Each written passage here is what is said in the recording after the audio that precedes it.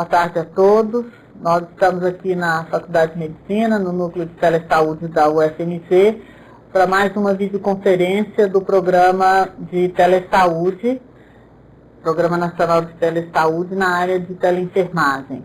Hoje é a nossa última videoconferência do semestre, né? Então nós temos a apresentação da professora Laura Lasmar. Hoje nós vamos falar, né, um pouco sobre a asma na infância e na adolescência. Lembrando um pouquinho, né, ela pediu que colocasse, né, eu coloquei um pouco sobre o programa Criança que FIA de Belo Horizonte, mas vocês devem, em cada um dos seus municípios, devem ter os seus próprios programas, né. O programa Criança que FIA, ele iniciou em 1994, né, partindo de uma observação de que a assistência que foi dada às crianças que fiavam, ela era inefetiva e ineficaz, porque ela era toda centrada nas hospitalizações e em consultas de pronto atendimento. Uma consulta ineficaz, inefetiva e não tinha nenhum impacto sobre a vida da criança. Aí, a partir da reorganização do sistema de saúde, né, em torno de alguns eixos, né, principalmente capacitação na atenção primária, em 2010, tem esse resultado desse programa, né, com redução de 50% das hospitalizações à fonte da Secretaria Municipal de Saúde. Bom, então é importante para a gente conversar é o seguinte, a primeira pergunta, né, sibilança na infância. Então, a abordagem menores de 3 anos. Vai diferenciar um pouquinho, né? Então, a primeira pergunta que a gente faz frente a uma criança que está fiando é: toda criança que sibila tem asma? Não. Apesar da asma, ela se inicia, na maioria dos casos, em crianças, 60% dos casos, né, em crianças, né, menores de 3 anos. A maioria das crianças não tem asma. Então, o que nós vivemos? A maioria das crianças que tem asma começa cedo, mas a maioria das crianças que fiam não tem asma. Então, o que são os desafios da nossa aula aqui hoje? Então, primeiro seria o seguinte: reconhecer precocemente, dentre as crianças que sibilam, que são várias, vocês que estão na atenção primária ou estejam em pronto-socorro, em pronto-atendimento hospital, vocês veem que a maior demanda na pediatria é de criança que fia. E você tem que reconhecer precocemente, dentro desse universo de crianças que fiam, as que têm asma e que se beneficiarão com tratamento preventivo com corticoides. Mas tem também que reconhecer os principais diagnósticos alternativos da sibilância na infância, porque nem toda criança que fia tem asma. E conhecer a história natural da sibilância. Como nós vamos fazer isso? É muito importante, toda vez que a gente vai estudar alguma coisa, é saber assim, quão importante é isso que eu estou pensando. Então, qual é a prevalência da sibilância na infância? Então, em vários estudos prospectivos, tanto brasileiros quanto internacionais, o resultado foi o mesmo. 51%, se você acompanhar, né, num berçário, nasceram tantas crianças, você vai acompanhar durante 5 anos para ver quem fiou, quem não fiou. 50% nunca sibilaram, 48,5%, 51,5%, 48,5% sibilaram. Olha como é alta a prevalência, 48% das crianças já fiaram. Vocês terem uma ideia, olha, em Belo Horizonte, o índice demográfico brasileiro demonstrou uma população de 171.439 crianças na faixa etária entre 0 e 4 anos em 2010.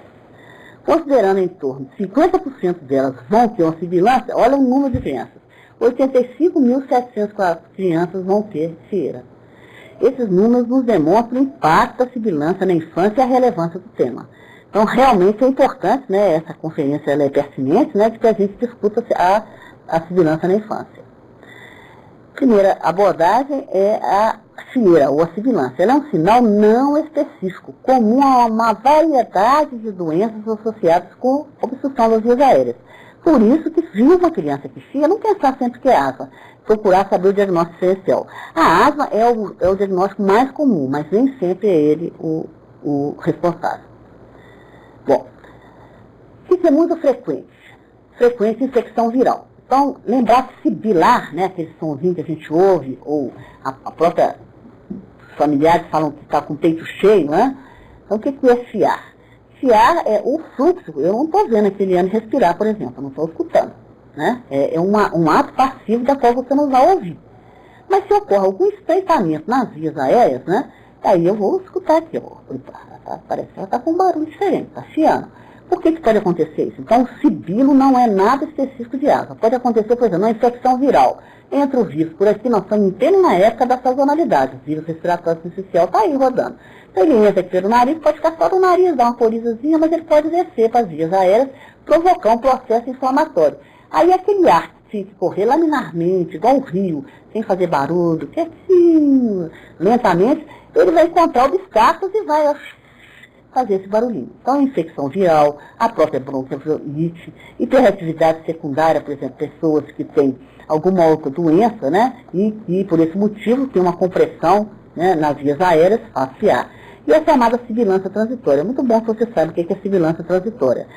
A maioria das crianças chia, né, isso a gente já ouvia das avós da gente que falavam assim, não, esse menino não vamos preocupar muito, não, porque a maioria dos meninos que chiam não tem asma. Quando chega com 3 anos, eu dei para ele alguma coisa, tipo uma garrafada, o pessoal do interior fala, o pessoal de Belo Horizonte fala, eu dei uma garrafada e parou de chiar, com 3 anos de idade. Não, esse aqui parou já com 11 anos. Então, por que é isso? Então, sim que a ciência deve tentar responder às perguntas, né, que tem da comunidade, que tem da cultura popular. A cultura popular, ela tem muitos indícios corretos. Então, a ciência foi buscar a pergunta, né, que as nossas avós, a minha avó já dizia isso. Não preocupa com isso não, que ele vai parar de chiar, que 2 anos ele vai parar. O que é isso? Vias aéreas pequenas. A criança nasce com a via aérea muito pequenininha, então o que vai acontecer? Toda vez que ela fizer uma infecção respiratória, ela chia. Quando ela chega com 2 anos, a via aérea dela, né, cresce, ela para de chiar. Então, é chamada sibilância transitória. Por que transitória? Porque quando ela vem, ela vai se embora com 2 anos. É a maioria, 70% dos meninos chiam de forma transitória. E a asma, como nós vamos ver. O que é pouco frequente? Fibrose cística, vocês vão lembrar dela quando? Quando o menino estiver ganhando peso, né? Lembrar que a triagem neonatal só tem 6 anos, né? Para a fibrose cística. A displasia, quando é que vocês vão lembrar dela? Quando o menino foi ventilado mecanicamente, ficou dependente de oxigênio, corpo estranho em vias aéreas, quando não está respondendo ao seu tratamento. Bronquiolite obliterante, que é depois de um episódio de bronquiolite viral aguda, em vez da criança seguir aquele curso que a gente imagina que é melhorar em 10 dias, ela permanece chiando por muito tempo, 1 mês, porque deve ter acontecido alguma coisa nos bronquíolos pequenininhos lá. Cardiopatias congênitas, então lembra, nem tudo que chia que é asma, né? E a própria cardiopatia congênita, problemas no coração, pode levar ao aumento, né, do fluxo sanguíneo dentro do pulmão, levando a estreitamento das vias aéreas, fazer a criança chiar. E todas as malformações possíveis que vocês imaginarem que o pulmão possa ter. Cistos, buraquinhos, né, podem levar. Bronquiectasias, tumores, tuberculose, discinesia ciliar, né, que é os cílios, né, a gente tem cílios para defender de infecções, desde o nariz, né, no ouvido, para todo lado, eles vão fazendo a varredura para não deixar que você, qualquer infecção, entre. E o problema das deficiências congênitas, às vezes eles nascem com deficiência de anticorpos, então esses são os diagnósticos que a gente deve pensar. Bom, quando é que a gente deve pensar? O que é muito sugestivo de asma em criança pequena? Então, sibilos, tosses, episódicos, persistentes, geralmente noturnos, pela madrugada. Nós estamos falando fora de crise. Durante a crise pode ser em qualquer horário, né? E com exercício. Manifestações atópicas, aquelas dermatites atópicas que vem na pele, ou eczema aqui, ó, nas linhas de dobras, né? O arrinite, aquele menino que coça o nariz. Uma vez eu estava lá no hospital, o menino estava extremamente agitado, eu peguei uma fralda, escocei o nariz, ele ficou até sorrindo, não quer dizer o que era. O nariz estava entupido demais, e o hospital que eu estava era cheio de poeira, né? Cheio de ácaros, então provocou a rinite. História familiar, pai ou mãe. E a resposta ao bronquidilatador. Você deu o bronquidilatador, houve uma boa resposta? Pensar nisso. Diarreia crônica e baqueteamento digital, aquele dedo em unha de relógio, aquilo não é comum em asma. Então eles são chamados o quê? Sinais de alerta para investigação. Quer dizer, você vai ver coluna da direita, as coisas que parecem com asma.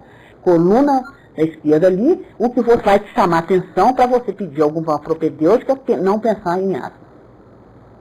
Quem que é o sibilante transitório, né? Aqueles que as nossas avós diziam, é aquele menino que deixa de sibilar em torno de 3 a 5 anos. O que é a característica clínica dele? Todo mundo já deve ter visto. A mãe fala, com 3 anos melhorou, ficou ótimo. Ele não é associado à história familiar de asma ou de atopia. O que é o fator de risco? redução da função pulmonar. Por quê? Coisa de criança, nasceu com a via aérea mais pequena. Então, prematuro, pior ainda. Cigarro materno na gravidez.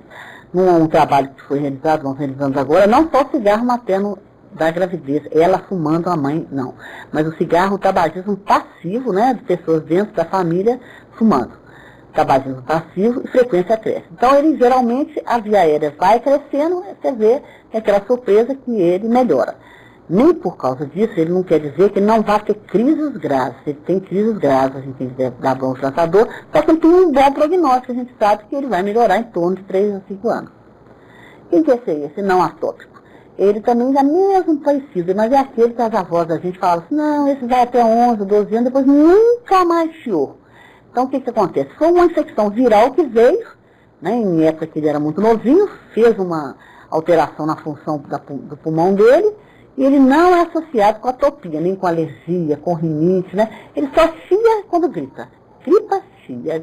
Ele sempre fala, não, eu não tenho mais nada. Mas se eu gripar, eu chio, tá? Geralmente ele vai melhorando a função pulmonar, esse aí demora mais um pouquinho, em torno dos 13 anos. Bom, esse aí é o asmático, né? Então, você pode ter gente que começa início precoce, antes dos 3 anos, e início tardio, depois dos 3 anos. São associados à atopia. Não esqueçam isso, isso é muito importante. A asma na infância é muito associada à atopia. A gente chama a chamada massa alérgica, né? Antigamente pensava que a massa alérgica começava pelo intestino, era diarreias, gastroenteropatia, né? A gente está balançando a cabeça porque ela lembra bem disso, né? Então era o leite, a gente tirava muito leite dos meninos, tirava o leite, passava para fora, fazia aquele angu, aquela bagunça, né? Então hoje está vendo assim, que o intestino também é muito importante, mas a massa alérgica começa no nariz. Então, são aqueles meninos que vivem com o nariz entupido, e as mães até falam para a gente, os responsáveis, na hora que você vai dar soro fisiológico, você fala, não, você não me dê soro fisiológico, não põe isso no nariz que isso não resolve nada. Ele vive nariz muito entupido, então é chamada massa alérgica, ele está caminhando para ficar alérgico, né? Então, ele é associado à alergia, né? Pode ser tanto no intestino quanto na pele, né? A dermatite atópica. Então, lembra, a asma na infância é associada à alergia. Predisposição genética, história familiar, pai ou mãe. E a função pulmonar, né, que vai reduzindo com o tempo. Olha que interessante esse gráfico. Eu gosto muito dele porque ele mostra o seguinte. Todo mundo começa novinho. Então, qual que é o desafio da equipe de saúde como um todo? É descobrir quem é quem. Né? Quem é o sibilante transitório, quem é o não atópico, quem que é o asmático. Porque todo mundo começa cedo, olha lá. Todo mundo antes de 3 anos. Então, quem que é esse transitório? É esse que tem um pico de prevalência até 2 anos. Depois ele vai parando. Depois vem esse aqui, ó, que tem um pico de prevalência em torno de 7 anos, e vem o asmático que vai ficar persistindo com sibilância. Bom, agora vamos fazer. Por que reconhecer precocemente a asma? Então, definir qual criança tem fator de risco para desenvolver a asma é muito importante. Para iniciar o tratamento e reduzir a morbidade, a mortalidade, evitando o tratamento nos fenótipos que não vão responder ao corticoide. A mortalidade da asma, ela é baixa, mas a morbidade, né, caracterizada por consulta de urgência, por serviço em pronto atendimento, por hospitalizações, perda de trabalho dos pais, perda de trabalho de aula das crianças, né, custos diretos e indiretos e até intangíveis que são o sofrimento dos pais e da criança, né, ela é muito alta. Como é que é a patogênese da asma? Então, olha lá, fatores genéticos, uma exposição precoce, inflama as vias aéreas e ele fica reativo, tá? Acredita-se que as crianças lactentes alimentadas com leite materno têm uma menor incidência de sibilância na infância. Isso foi muito bom, né? Veio em consenso internacional, a gente sempre teve vontade de falar isso, né? Mas agora está mais autorizado a falar, os consensos internacionais já estão colocando, não quer dizer asma, mas diminui a incidência da sibilância na infância. Isso aqui eu acho que é interessante para vocês guardarem, porque aí você está perguntando assim, meu Deus do céu, mas como é que eu vou fazer com esse mundo de menino que chia, quem eu vou saber quem é asmático, quem eu vou saber que não é. Então, esse índice clínico, ele foi desenvolvido, né, ele tem uma sensibilidade, ele tem uma especificidade bem boa. Então, o que você faria? Tem chamados critérios maiores e os critérios menores. Então, você tem um dos pais com diagnóstico de asma, né, o pai ou a mãe. Então, isso é para reconhecer precocemente a asma. Então, isso é válido para gente grande, menino de 7 anos, 6 anos, não vai pensar nisso. Você vai pensar nisso, é aquele menino de 1 ano, 2, 3, que você está lá, empacotado com ele, se é asma, se não é, se tem diagnóstico diferencial ou não. Então, você vai aplicar esse índice clínico. Um dos pais com diagnóstico de asma ou a criança com a dermatite atópica. Presença de rinite alérgica, tá? Sibilância sem resfriado, quer dizer, aquele menino que chia por múltiplos desencadeantes. Então, chia por causa de poeira, chia por causa de mofo, chia por causa de cigarro, e um examezinho de sangue, banalzinho, eu uso o nosso maior de 4%. Olha, eu acho esse negócio muito legal, bom de vocês colocarem na prática. Se ele tiver um critério maior, quer dizer, o pai tem asma, e ele tiver 2 menores, eu uso o nosso mais de 4%. E você repara que ele está chiando fora de resfriado, não é só na época. Ou está coçando muito o nariz, entope, com poeira, com mofo. Um critério maior e 2 menores, se ele estiver chiando frequente, 75% de risco para asma. Então, acho que isso já dá uma ajuda. Por quê? Ele é clínico, basicamente clínico com um hemograma, que é uma coisa muito simples de ser feito, né? E se não tiver nada disso, geralmente é sibilância transitória. Então, acho que esse quadro é bom de guardar, né? Ele tem ajudado muita gente pediatra a conduzir a asma. É lógico que isso vai depender de você ter um vínculo maior com o menino e ir acompanhando para ver. Porque às vezes a rinite alérgica, como a gente falou, a massa alérgica, ela vai aparecendo com o tempo, tá? E às vezes a pessoa também não identifica qual que é o que se é só resfriada, você vai ter que pedir a pessoa para ir observando. Mas normalmente, né, ele quer dizer, tem isso, é grande possibilidade que você esteja à frente a um paciente com asma. Bom, então o que a gente fez? Sumarizando aqui, a gente descobriu, né? A gente discutiu que a maioria das crianças que chega não tem asma, né? Mas uma boa parcela tem. E a gente tem que discernir o joio do trigo. Quem tem asma de quem não tem asma. Quem tem asma deve ser tratado. Por quê? Não para curar, mas para reduzir a morbidade, porque ela é muito grande, traz um sofrimento, né? Muito grande. A família, né? E a criança tem um impacto, né, para o sistema de saúde que é inegável, que é muito alto. Então a gente deve separar o joio do trigo. Como que a gente aborda? O objetivo é controlar a doença. Então o corticoide inalatório é o mais indicado. Não precisa de ficar elevando doses, não. A dose é baixa, agora está entrando na rede, eu não sei como é que vocês estão aí, aqui em Belo Horizonte já está com HFA, que é o hidrofluoalcano, né, dentro do spray, né, você tem um remédio e tem o gás. E o gás aqui no Belo Horizonte já entrou HFA. Não sei como é que está na rede, depois a gente discute, que é o CSC. Isso aqui é dose, então 400 microgramas para uma criança. Se vocês estiverem pensando aí, vai ter que adaptar a cada município aí. É uma dose que dá efeito na maioria dos pacientes. Nos não atópicos, quer dizer, induzidos só por vírus, não tem benefício, não adianta dar. E esses transitórios, que as avós da gente já falavam e contavam que ia parar de chiar com 2 anos, também não tem benefício. Então, o corticoide inalatório é para asma, não é para sibilância transitória, nem é para outros diagnósticos.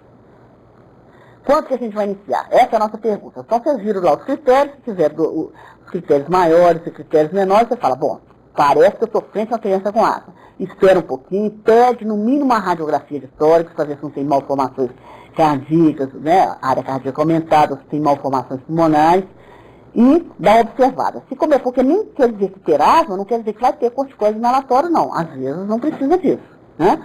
Mas quando estiver muito grave, né, eu recomendo, nem todos recomendam que deva iniciar. Sintomas muito frequentes, mais que 2 vezes por semana, aquelas noites trágicas, né? Porque a noite da asma é assim, né? Todo mundo dorme, feliz, satisfeito, maravilhoso, né? E o pediatra é chamado a que hora? 3 da manhã, 4 na hora que vem a tosse, aquela tosse de madrugada, muito frequente, tendo crise demais, mais que 2 vezes mesmo, crise com risco de vida. Foi a UTI, nem pensar, tem que fazer a profilaxia. E a função pulmonar que, por enquanto, né, ainda está muito restrita a pesquisa. Bom, então lembrar, doses baixas, nada de doses altas. Então, fluticasona, butesonida, beclofenazonida. Não recomendo ficar colocando corticoides de custo muito alto, ciclozonida é ótimo, mas custo muito alto para programas de asma. Beclometasona e butesonida é mais ou menos parecido, tá? As doses, né? Ela é uma vez e meia, mas não precisa ficar guardando esse detalhe, não. Põe 1 para 1. Se você está usando 500 de beclometasona e de repente ganhou lá entrou a concorrência, foi butesonida, então 500 de butesonida. Fluticasona, né, teria que ser aqui a metade. Isso aqui você tem HFA, então é a metade da dose, tá? Na fluticasona. Guarda esses aqui só são, né, a gente tem visto isso, né, usar ciclozonida em crianças menores de 4 anos. O que a ciclozonida trouxe de interessante? A única coisa que ela trouxe interessante é porque ela é ativada no pulmão. Ela é uma droga proativa, então ela só é ativada dentro do pulmão. Assim, não adianta dar nem doses altas, que não vai ser isso que vai melhorar, e tem que dar de uma forma correta, né? Então, os passadores, eles são importantes, né, que você vai usar, porque não assim, você vê, você otimiza, você quase que dobra, né? Você está aqui, ó, com 10%, vai passar para cá, vai usar 20%. Né? Então você dobra, com o passador, você otimiza e você consegue.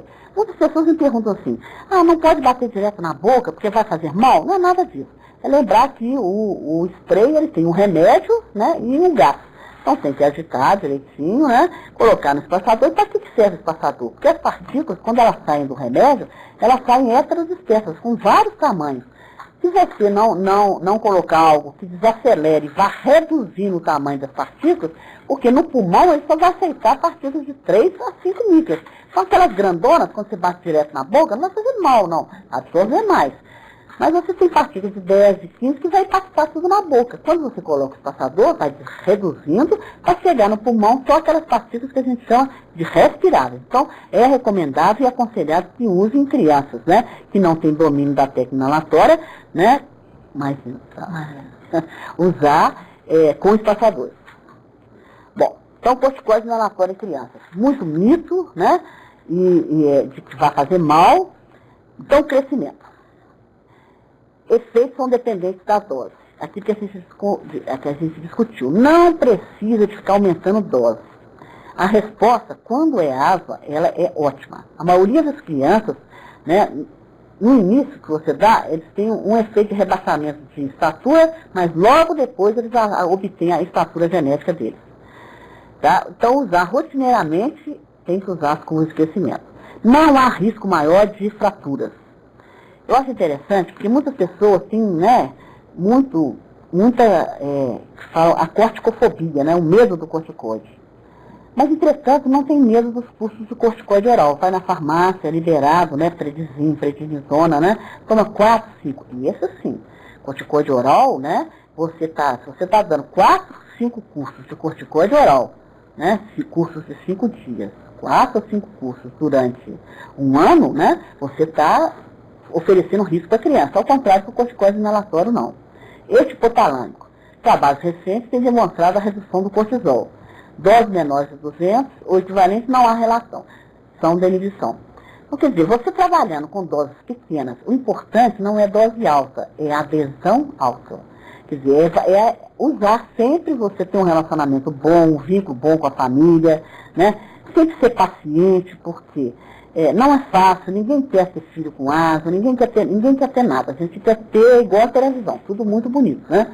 Bom, tem que ter paciência, porque as pessoas vão ouvir várias coisas, então você volta, conversa de novo, porque esses efeitos, eles não existem na dose de corticoide inalado, só mesmo corticoide oral.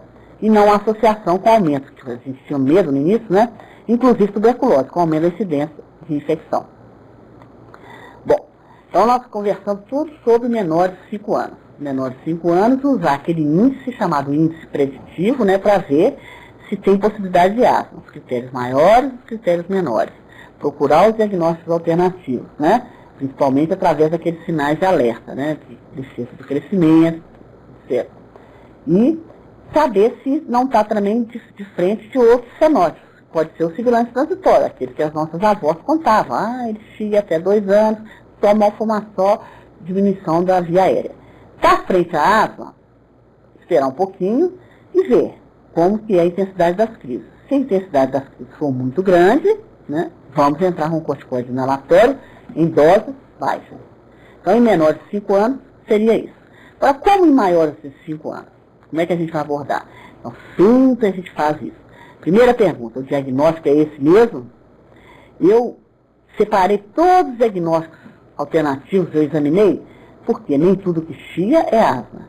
A classificação está correta, eu tratei as comorbidades, aqui tem muita comorbidade, doença do refluxo, rinosinusites, como a gente vai ver aqui, ó. Então, como é que eu falaria que seria uma abordagem geral? Então, primeira coisa, gente, revisões periódicas. Não adianta fazer diagnóstico, soltar o paciente e depois ficar vendo ele em consultas programadas, não. A equipe tem que ser mais aberta e trabalhar. Eu e a Eliane estamos até conversando isso aqui agora mesmo. Tem que trabalhar um olhando para o outro, não pode trabalhar isolado. Então, assim, toda oportunidade de revisão, se a criança vai vacinar, se a criança vai fazer uma revisão de teste relatória para enfermagem, qualquer oportunidade que você tenha, não deve estar esperando aquele dia da consulta, não. Isso é incorreto, né? Sempre ver, não deixar solto. Por quê? Porque vai deixar solto, ele vai voltar aquele mesmo esquema, a pessoa vai começar a ter medo de tratar, vai ficar cheio de dúvidas. Verificar sempre a adesão. É preciso de trabalhar com adesão, gente. Não tem jeito de entender. Tanto, né, a maioria das cidades do interior, depois eu vou ver, eu estou vendo até que Ouro Preto está aí, e Ouro Preto tem um programa de asma, nós estamos até fazendo uma coisa lá em Ouro Preto, do programa de asma lá. Não adianta gastar com o medicamento, com a capacitação profissional, tudo isso aqui é recurso. Se não é verificar a adesão. Então, a Organização Mundial de Saúde, ela recomenda que os profissionais de saúde saibam abordar um pouco sobre a adesão. Eles mesmos saibam conversar com si próprios, tentar falar. É a chamada adesão informada, relatada. Nós vamos ver que ela é sempre superior à real. Mas você tem que ter uma maneira, né? A gente tem que ter uma maneira de abordar. Não dá para consultar, né? Então isso é para uma equipe, isso é trabalho de equipe. Eu falo que asma é empreitada, né? É aquilo que o Guimarães Rosa fala, né? A vida é empreitada de todos. Eu falo que é a mesma coisa. A asma é empreitada de todos. Não adianta pensar que vai entrar para dentro do consultório, trabalhar, a enfermeira lá do outro lado trabalhando de outro jeito, o farmacêutico lá fazendo do jeito que ele quiser, o fisioterapeuta de outro. Isso não vai chegar em lugar nenhum, né? E de repente quando a gente vai saber, eu acabei de ficar sabendo, quando eu acabei de entrar aqui me falando, um pediatra me ligando, falando de tal, está no CTI. Eu falei, gente, mas não acredito. Teve tudo e não teve nada preparado no CTI, como é que é isso? Né? Então tem que ser isso. Então verificar a adesão, educação para a saúde, isso não é médico, isso é uma equipe. Isso aqui é empreitada, é Guimarães Rosa, empreitada para todos, tá? Boa relação profissional-paciente. A gente tem que ser firme, mas a gente tem que ouvir. Ouvir o que a pessoa está falando, porque outro dia eu mexo muito com asma de difícil controle atualmente. Então, eu achava que eu queria, eu conversava com a menina, mas eu nunca conseguia, eu pensei assim, será que eu não estou conseguindo entender o que ela quer? Aí eu perguntei para ela, o que você está querendo mesmo? O que você gostaria? Porque você está bem e tal, mas o que você queria? Por que você não está feliz ainda? O que aconteceu? O que eu posso te ajudar? Ela falou, ô Laura, sabe o que mais eu queria? Eu queria usar um esmalte azul. Eu nunca pensei que isso era um padrão. Aí depois eu fiquei imaginando, falei assim, eu acho que isso é um padrão mesmo, porque ela é adolescente, os esmaltes hoje, eles têm uma outra conotação diferente do que foi na minha juventude. Né? Hoje o esmalte azul, é preto, verde, ele tem uma conotação de grupo. E ela, antes de conseguir um esmalte hipoalergênico que ela começava a usar o esmalte, ela coçava o nariz e entrava em bom estado.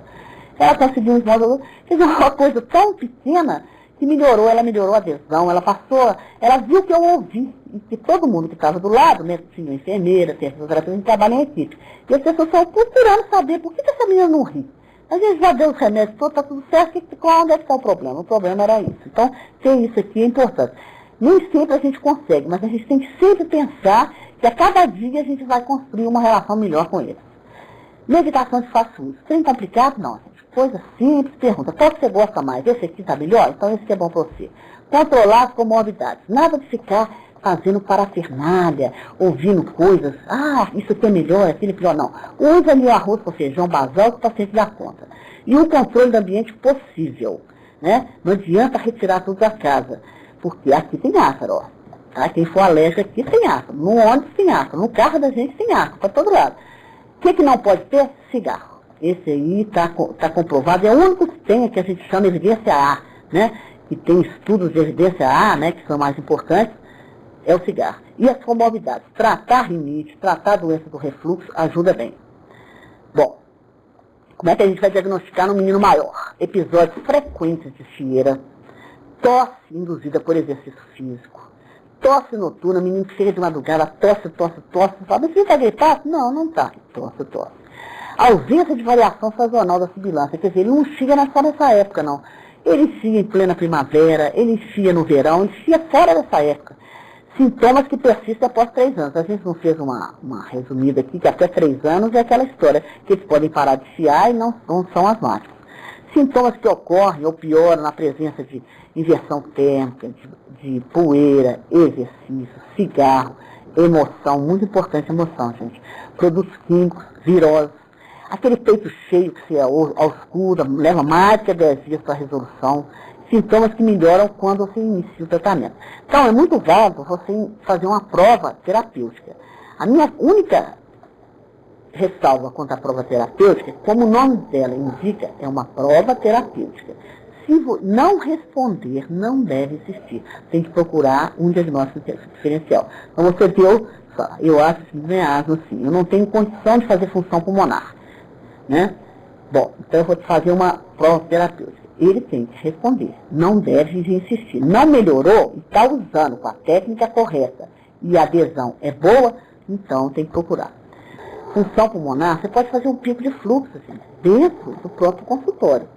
Então, soprou, elevou mais que 60 litros ou 20% após a inização do bronquidilatador, sugere asma. E uma vez por ano, eu acho que é recomendável mandar para um centro que tenha condições de fazer função pulmonar. Classificação da asma. Né? Essa classificação desse aqui não merece a gente ficar falando, porque vocês têm ela em qualquer local, né? E a aula está disponibilizada, né? Mas ela não existe mais. Ela está só caindo. Por quê? Porque a maioria dos locais ela era para quando a gente não tinha remédio para dar para o paciente, nos programas, lugares que não tem. Atualmente, a gente usa, né? Essa aqui, ó. Que é um nível de controle. Então, você está usando. Por exemplo, você ia dar um remédio para o menino e falar assim, ele agora, antes ele era persistente grave, mas agora, depois que eu dei 1000 microgramas, 700 microgramas de beclometasona, agora ele é intermitente. Isso não tem lógica, gente. Ele está controlado porque você está dando remédio. Então, hoje usa essa classificação, controlada, parcialmente controlada ou não controlada, baseada em frequência de sintomas e o pico de fluxo e exacerbações. É bom guardar isso, né? Porque é isso que está sendo usado em todo o mundo, né? No Brasil todo. E você vai avaliar em cada consulta se ele está em um desses 3. Por quê? Se você tiver na etapa 1, como é que você vai tratar a asma? Também é uma modificação, né? Em que vocês, talvez, né, não tenham visto, né? Então, primeiro, orientação para a asma, controle ambiental. Todas essas etapas vão ter que ter um beta-2 de ação rápida, né, que é o bronquidilatador, né, que é o esquema SOS, né, quer dizer, você vai tirar a retirada de crise. Etapa 2, etapa 1, né, depois você vai para etapa 2. Corticoide baixo, pode entrar o modificador. Aí você vai, etapa 3, etapa 4. Você vai acrescentando coisas, tá? Essa etapa para cá, aqui já é chamado asma de difícil controle. Essa etapa 4 ou 5, isso deve ser visto numa atenção que a gente chama compartilhada entre o pneumologista, o pneumopediatra, né? Toda a equipe que trabalha com asma de difícil controle. Não deve ficar só. Bom, aí vocês perguntam, como é que é essa história da asma? Eu gosto desses slides. A progressão. Então, se é sibilante transitória, aquele menino da via aérea pequena, ele não vai ter asma na adolescência. Porém, se ele for fumante, né, então ficar de olho, ele tem um risco de DPOC. Se ele passou a sibilar mais tardiamente, e continua na adolescência, ele pode remitir.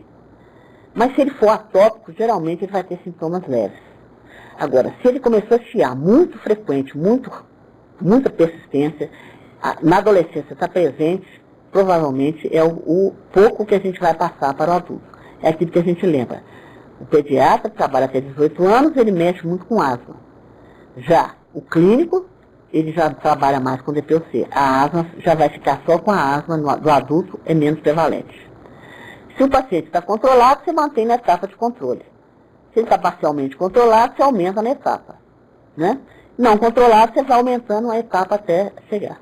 Manter no mínimo 3 meses a dose e reduzindo. Uma coisa interessante, após um ano sem sintomas, você pode tentar tirar o medicamento. O que você sabe que perdeu o controle?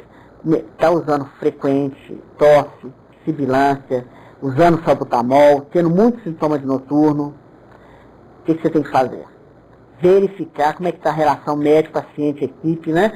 Se as pessoas estão falando a mesma coisa. Tem um que fala, dá corticoide inalatório, outro fala, não, isso faz mal. Usa a bombinha desse jeito, outro usa daquele jeito. Unificar a conversa. Controle do ambiente, tirar o cigarro. E sentimentos que estão envolvidos com o tratamento. Adesão, técnica inalatória e o nível de gravidade. Bom, isso aqui eu queria deixar um recado, que é o quê? Método de verificar a adesão. O mais fácil é a adesão relatada. Você perguntar para ele assim, quantas vezes numa semana você esquece? Aí ele vai falar, eu esqueço 2 vezes por semana. Ou vocês, quem tiver vinculado a programa de asma, que tem dispensação do remédio, né, mensurar a adesão através da dispensação farmacêutica do serviço. Né? Mas a gente fez um trabalho, olha pra você ver que interessante. Então a gente tinha aqui, ó, quando ele estava falando para mim que estava em torno de, né, você vê como é interessante, né, quando ele estava falando para mim, aqui, ó, que ele estava usando 90% do remédio, eu medi na farmácia, estava usando 50%, né? Bom, da adolescência à vida adulta, então sempre medir, é muito fácil, se você tem um medicamento com 200 doses, se você está dando 2 doses por dia, ele tem que usar 100 dias, passou dos 100 dias, já tem que buscar ele, porque está faltoso. Chegou lá, está com o frasco todo cheio, só fazer a conta, né, de quantos por cento que ele deixou de usar. As crianças livres de sintomas na adolescência são aquelas com sintomas infrequentes aos 7 anos. Por que eu gosto de falar isso? Porque é bom, as pessoas, os pais perguntam pra gente, né, e vai ser a vida toda, como é que vai ser, né? Estamos tratando o dia a dia, mas geralmente isso acontece. Quem está na adolescência já está livre, quem chega aos 7 anos com crises muito leves, geralmente está livre da adolescência. Sintomas diários contínuos mantém na vida adulta. E depois, quando você suspende, 27% a 70% retornam. Como é que eu acho que a gente deveria controlar na atenção primária os menores de 3 anos?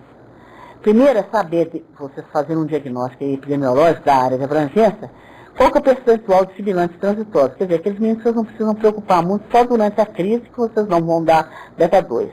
Os de não atópicos e quem são os de asma. Tem que se perguntar quantos estão se totalizando, quantos estão controlados. Então, se vocês têm tantos meninos, vocês sabem que 50% vai fiar. Então, quantos desses, qual é a cobertura que a unidade está dando, desses presumíveis 50 menores de 3 anos? Tem diagnóstico alternativo? É melhor ficar entre a unidade básica de saúde e a unidade de referência de saúde secundária. A Secretaria Estadual tem os centros Viva a Vida que trabalham perto de vocês aí. Sibilância induzida transitória, né? Tentar, se for prematuro, se puder tirar de creche, tirar o tabaco, tá? E fazer um projeto especial na cidade no outono e no inverno, para já começar a usar beta 2 assim que tiver creche. Se é asma, iniciar o corticoide. Qual que é o melhor indicador de um programa de asma? É esse aí, ó. Número de taxa de controle, número de asmáticos controlados sobre o número de total de asmáticos que vocês têm. Otimiza custo, melhor controle, menos medicação e muita qualidade de vida.